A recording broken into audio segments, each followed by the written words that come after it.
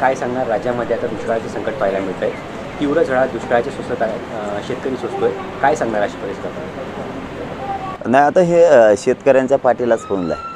दुष्काळ म्हणजे काय झालं आहे आता की एक ते समीकरणच होऊन बसलं आहे. सरकारनं एकीकडून शेतकऱ्यांना मारायचं आणि निसर्गानं पण मारायचं. नेमकं शेतकऱ्याने करावं का अशी परिस्थिती शेतकऱ्यासाठी झाली. कष्ट तर रात्रंदिवस करायचे, एक तर मोबदला शेतकऱ्याला मिळतच नाही. त्याच्या कष्टाचा जर खरंच विचार जर केला ना तर डोळे पांढरे होते, मोबदलाच मिळत नाही. परंतु आता त्याच्या वाट्यालाच ते आलं आहे, कारण सरकार साथ देत नाही, निसर्ग पण साथ देत नाही.